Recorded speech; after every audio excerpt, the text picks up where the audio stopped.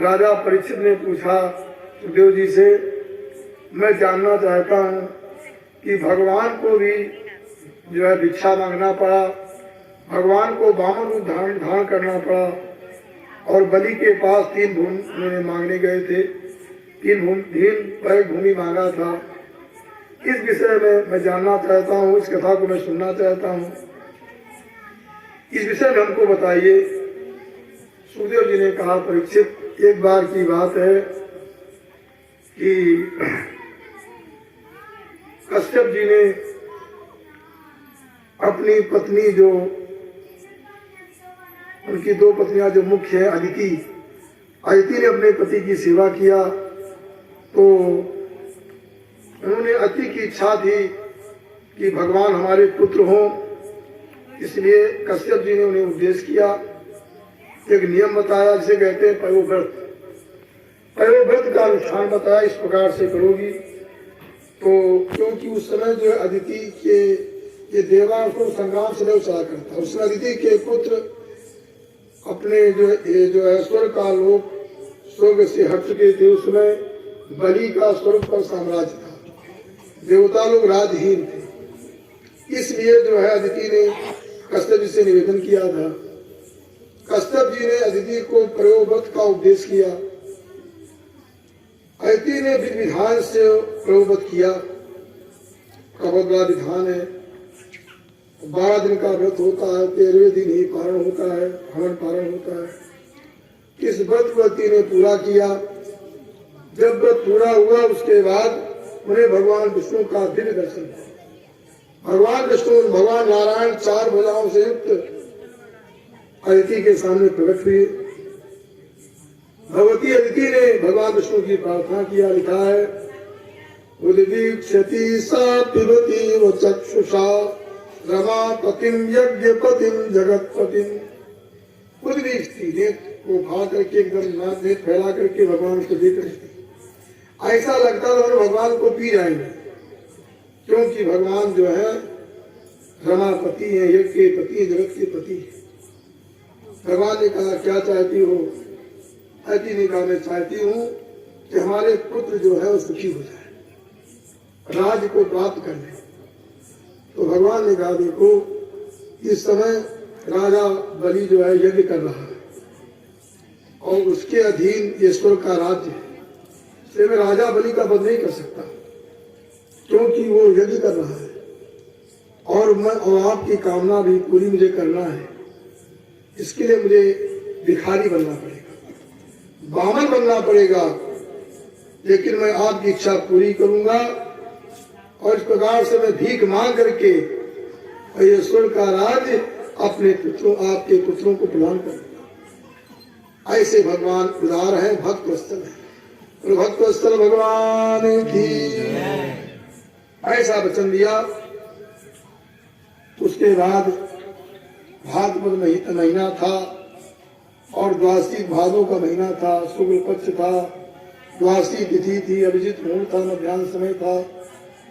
उस समय भगवान सूर्य मध्य आकाश में थे, विजया नाम का मुहूर्त था। उस समय वामन भगवान ने अदिति के द्वारा, जो देवताओं की माता अदिति है, अदिति के द्वारा भगवान का प्राकट्य हुआ। वामन भगवान की, वामन भगवान की उनका प्राकट्य हुआ। उस समय देवताओं ने नगाड़ा बजाया और इस प्रकार से अनेक वाद्य आकाश में बजे और बड़ा उद्घोष हुआ।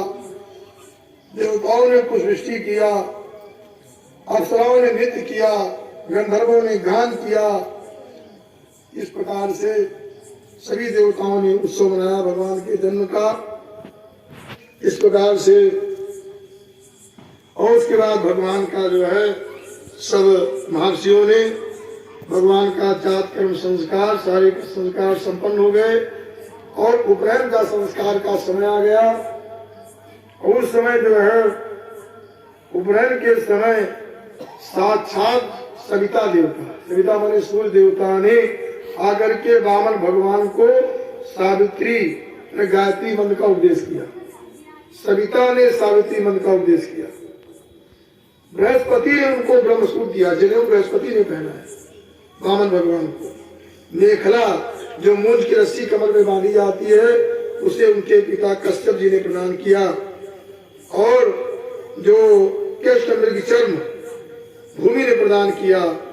और जो परागन दिया जाता है वनस्पतियों के मालिक चंद्रमा ने जो दंड प्रदान किया। कौपीन गंगोटी माता ने प्रदान किया। आकाश ने छत्र प्रदान किया। और जो सप्तर्षि थे उन्होंने कमंडल ब्रह्मा जी ने दिया। और सप्तर्षियों ने उषा प्रदान किया, बहु उषा। और अक्षमाला सरस्वती जी ने प्रदान किया। और जो ब्रह्मचारी भिक्षा मांगता है भिक्षा पात्र होता है। उस भिक्षा पात्र को साक्षात यक्षराज यक्षों के राजा कुबेर जी गणपति कुबेर जी आकर के ब्रह्मचारी को वामन भगवान को भिक्षा पात्र प्रदान किया। और सबसे पहले उमा अन्नपूर्णा देवी ने भिक्षा प्रदान किया। भगवान ब्रह्मचारी सबसे भिक्षा मांगता है, सबसे भिक्षा मांग करके और अपने गुरु जी को जब भिक्षा प्रदान किया, गुरु जी ने कहा देखो भिक्षा बहुत कम है और मांगना पड़ेगा, इतनी भिक्षा से काम नहीं चलेगा। पहले ब्रह्मचारी भिक्षा मांगते थे, गुरु को प्रदान करते थे। आज तो जनेऊ जो है विवाह के समय होता है, जनेऊ कोई मतलब है नहीं, भिक्षा मांगेंगे सब अपने रखेंगे। तो वैसे तो किस प्रकार से भिक्षा अभी तो सब जनेऊ की परंपरा समाप्त हो गई। अब पता नहीं कहाँ से नियम आ गया कि विवाह के समय जनेऊ करेंगे। जो पढ़े लिखे बुद्धिमान लोग वो भी ऐसा करते हैं। रामायण पढ़ेंगे, भागवत पढ़ेंगे, सब पढ़ेंगे। ये पढ़ने का क्या मतलब हुआ जब विवाह में शादी करोगे। राम जी का जनेऊ कैसे हुआ, श्री कृष्ण का जनेऊ कब हुआ, कैसे जानना चाहिए। जनेऊ के बाद विद्या अध्ययन आरंभ होता है और विद्या पूरी होने पर तब विवाह होता है। दोनों बहुत दूरी, कितनी दूरी दोनों में होती है। लेकिन आजकल सब ऐसा बदल गया। तो ये सब चीजें हाँ किस पर मैं बता रहा था कि भगवान जो है तो गुरु जी ने कहा भाई जाओ, जो इस समय नर्मदा के तट पर जो बलि जो है वो यज्ञ कर रहा है उसके पास जाओ, बलि से भिक्षा मांगोगे तब पूरी हो पाएगी। भगवान वामन भगवान समझ गए, हाथ में कमंडल कुशा लेकर के चल पड़े वहां से। बड़ा भगवान का दिव्य रूप है, जो देखता है वो मोहित हो जाता है। उस बालक वामन भगवान की छवि को अपने हृदय में स्थापित कर लेता है। बड़ा दिव्य रूप है, ऐसा ना भूतो ना भविष्यत। और भगवान वहां से चल पड़ते हैं कि तो जब जो है बलि के यज्ञ के पास वहां पहुंचे, दूर ही थे भगवान, तभी जो है जो भृगवंशी ब्राह्मण यज्ञ करा रहे थे उन्होंने देखा, किसी ने कहा है सूर्य देवता आ रहे हैं आपके यज्ञ में, कोई कहता अग्नि देवता आ रहे हैं, कोई कहता सनत कुमार आ रहे हैं। इतना तेज था। लेकिन देखा भगवान नजदीक आए, देखा कोई ब्रह्मचारी है कि छत्रम सदंडम सजलम कमंडलम विवेश विभ्रद है मेधवाटम। देखा कि छत्र है, दंड है और जल से भरा हुआ कमंडल है। उनके यज्ञ में पहुंचते हैं, मौंजी कमर में मौंजी मूंज की रस्सी बंधी हुई है, मेखला है, यज्ञोपवीत है। ऐसे जो माया से बालक बने हुए थे, ऐसे भगवान को लोगों ने देखा। उस समय राजा बलि बड़े प्रसन्न हो गए कि हमारा यज्ञ पूर्ण हो गया। राजा बलि ने दिव्य आसन वामन भगवान को प्रदान किया, उनके चरणों को धोया और धो करके जो अपने सिर पर धारण किया। इस प्रकार से राजा बलि ने कहा हमारे पितर तृप्त हो गए, हमारा कुल पवित्र हो गया, हमारा यज्ञ पूर्ण हो गया आपके आगमन से। अब बताइए आपको चाहिए क्या। हे बटो, जो ब्रह्मचारी का जो मांगना हो मांग लो। अगर तुम्हें धन की इच्छा हो धन मांग लो, अगर तुम्हें जो है गाय सोना बढ़िया सुंदर धाम खाने की वस्तुएं, अगर विवाह विप्र कन्या ब्राह्मण कन्या विवाह करना चाहते हो वो भी विवाह में करा सकता हूँ। गांव, बड़े बड़े समृद्ध ग्राम, नगर, हाथी, घोड़ा, रथ, जो चाहो मांगो। बाल जो राजा जो बलि है वो आपको प्रदान करेगा। कुछ मांग लो, जो मांगना हो। भगवान ने कहा आपका कुल बड़ा महान है, आपके यहाँ बड़ी बड़ी दानी हुई है, लेकिन देखिए जो विजितेंद्री, जो मतलब जितेंद्री नहीं होता है उसकी कभी तृप्ति नहीं होती। मुझे ज्यादा नहीं चाहिए, मैं एक संतुष्ट ब्रह्मचारी हूँ। मुझे बस अगर आप देना चाहते हैं केवल 3 पैर भूमि दे दो, बस, जो कुछ नहीं चाहिए, क्योंकि तीसरा का कोई अंत नहीं। वो कहते हैं ना कि धनहीन काहे धनवान सुखी, और धनवान काहे सुख राजा को भारी। राजा काहे महाराजा सुखी, महाराजा काहे सुख इंद्र को भारी। इंद्र काहे चतुरानन सुखी, और ब्रह्मा काहे सुख विष्णु को भारी। तुलसीदास विचारी काहे, हरि भक्ति बिना सब लोग दुखारी। बिना भक्ति के सब लोग दुखी रहते। हमको ज्यादा नहीं चाहिए, कुछ नहीं चाहिए, हमको रहने के लिए केवल 3 पैर भूमि चाहिए। और उस समय बलि ने कहा क्या मांगा। बातें तो इतनी ऊंची ऊंची करते लगता है कोई बहुत पुराने हो। सबसे पुराने ज्ञानी आप ही है, तो ज्ञानी थे ही सबसे भाई भगवान नारायण आदि। बातें बड़ी ऊंची ऊंची करते हो, लेकिन अपने स्वार्थ के विषय में अत्यंत मूर्ख हो। मैंने इतने बड़े राजा जो त्रैलोक का राजा है उससे 3 पैर भूमि मांग रहे हैं, ये क्या मांगना। कोई बात नहीं, ठीक है, लेकिन भगवान ने कहा भाई संकल्प करना पड़ेगा। आप कुशा और जल रख करके संकल्प करके हमको दीजिए, बात कच्ची न रहे, काम जो पक्का हो। तो कहा ठीक है। तुरंत उन्होंने बढ़िया सुंदर स्वर्ण में कलश मंगाया। कलश में कहा जो, और उसमें जो है सुंदर जल था। और संकल्प करने के लिए जल जब संकल्प करना चाहे उसी समय जो है शुक्राचार्य जी आ गए, इनके गुरु जी। कान ने कहा इनको दान मत करो, मैंने पहचान लिया ये साक्षात भगवान विष्णु हैं, और अगर इनको दान कर दिए तीनों लोग का राज चला जाएगा आप यहाँ से, समझ लो। भी देखने में बेचारी छोटे से बामन रूप है। तो लेकिन उन्होंने कहा नहीं। उनसे कहा देखो हमने जो वचन दे दिया मैं पूरा करूंगा, चाहे हम नरक चले जाए, चाहे हमारी जौन दुर्गति हो, लेकिन जो हमने कह दिया वो पूरा करूंगा। गुरु जी नाराज हो गए शुक्राचार्य जी, ऐसा है जाओ तुम अब इस ऐश्वर्य से नष्ट हो जाओगे। नष्ट होने था साथ भी शुक्राचार्य ने दे दिया, नाराज हो गए। जब शिष्य ने बात नहीं मानी, जब उससे टोटी से जल गिराने लगे संकल्प के लिए, कलश होता है पर ढका रहता है, टोटी से जल गिराया जाता है, वास्तु माना जाता है टोटी वाला कलश। उससे जब गिराने लगे शुक्राचार्य जी को रहा नहीं गया, वो टोटी के अंदर घुस गए सूक्ष्म रूप से, और जल को रोक दिया, गिरने न पावे। भगवान तो समझ गए शुक्राचार्य जी की कि शुक्राचार्य जी जल को रोके हुए हैं।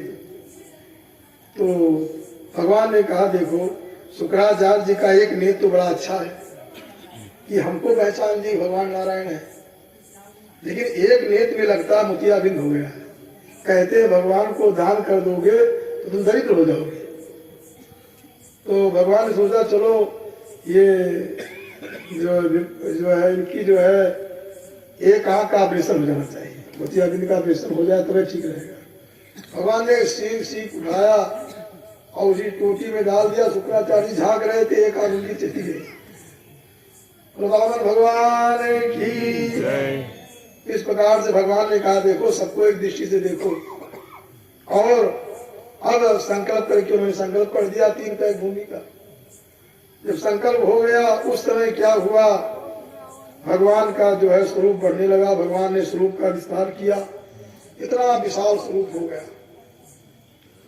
उसी समय जामवंत ने भगवान की 7 प्रदक्षिणा लगाई थी।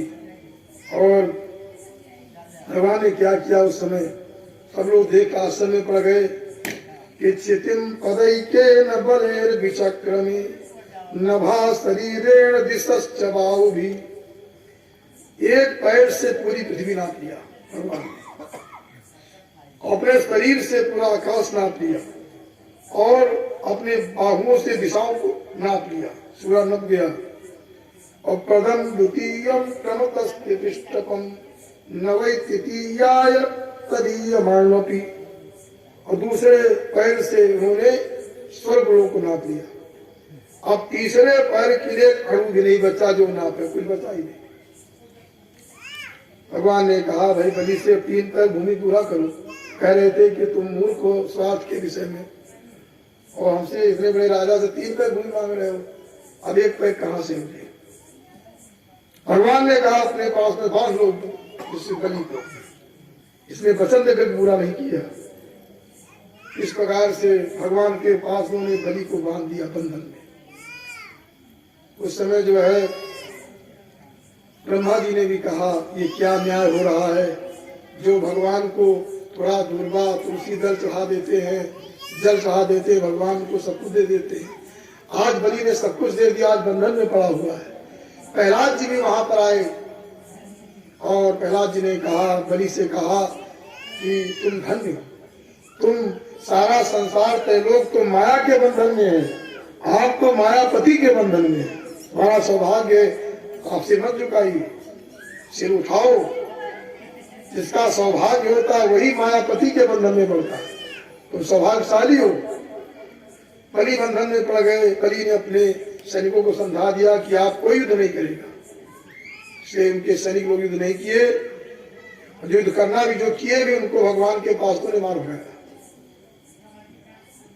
इस प्रकार से अंतिम में बलि ने कहा देखो, भगवान से कहा तीसरा पैर भी मैं भूमि दूंगा आपको। उन्होंने कहा देखो मैंने दान किया, अभी मैं बचा हूं, इसलिए आप क्या करें कि पदम तृतीयम पुरुष शीर्ष में निजम, हमें झूठा मत बनाइए, तीसरा पैर जो हमारे सिर पर रख दो और मुझे नाप लो, मैं भी आपका। इस प्रकार से और भगवान ने जब तीसरा पैर रखा वो बलि जो है बंधन से मुक्त हो गया। भगवान ने बलि को जो है पाताल लोक में भेज दिया, सुतल लोक में भेज दिया। इस प्रकार से भगवान की बड़ी विलक्षण कथाएं, भगवान के दिव्य अवतार हैं। और एक भगवान के जो मत्स्यावतार की कथा है, एक जो है ग्रीव नाम का दैत्य था और ब्रह्मा जी के मुख से जो वेद निकले उनको हरण कर लिया था। इसके लिए भगवान ने जो है सफरी माने मत्स्य का रूप धारण किया।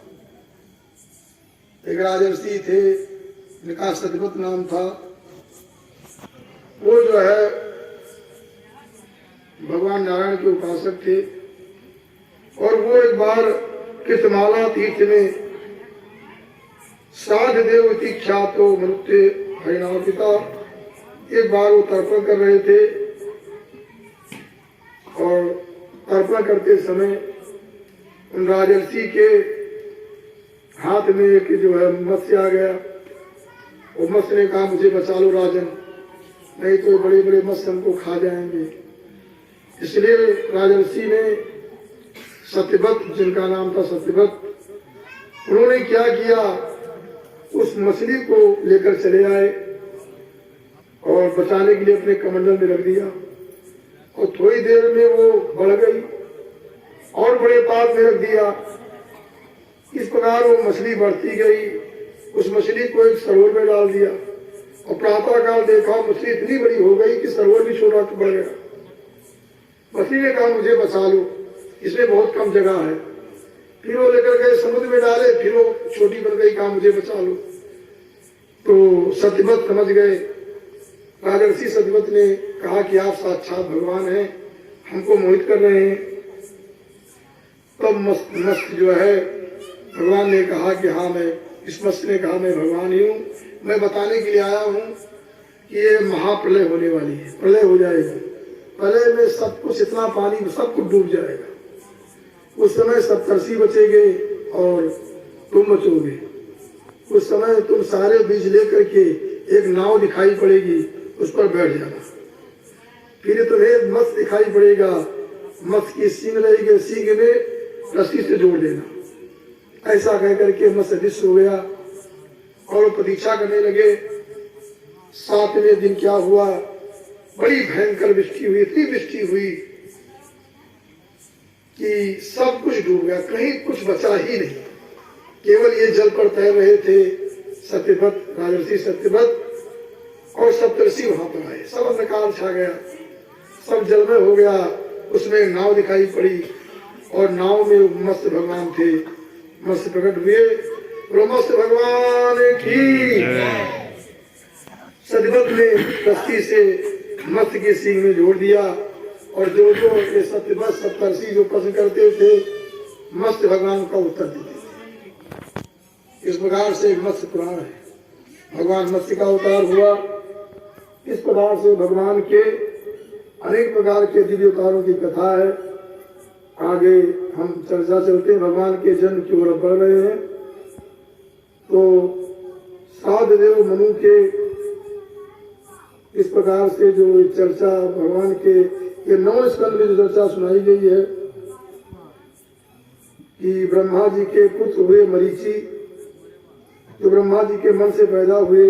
मरीचि के पुत्र कश्यप हुए और कश्यप के पुत्र हुए सूर्य और सूर्य के हुए 7 देव मनु और श्रद्धा के द्वारा ये जो 10 पुत्र हुए इक्ष्वाकु, नृग, सरयाति, दिष्ट, करूषक, नविष्यंत, कृषद, नभक, कवि, विभु।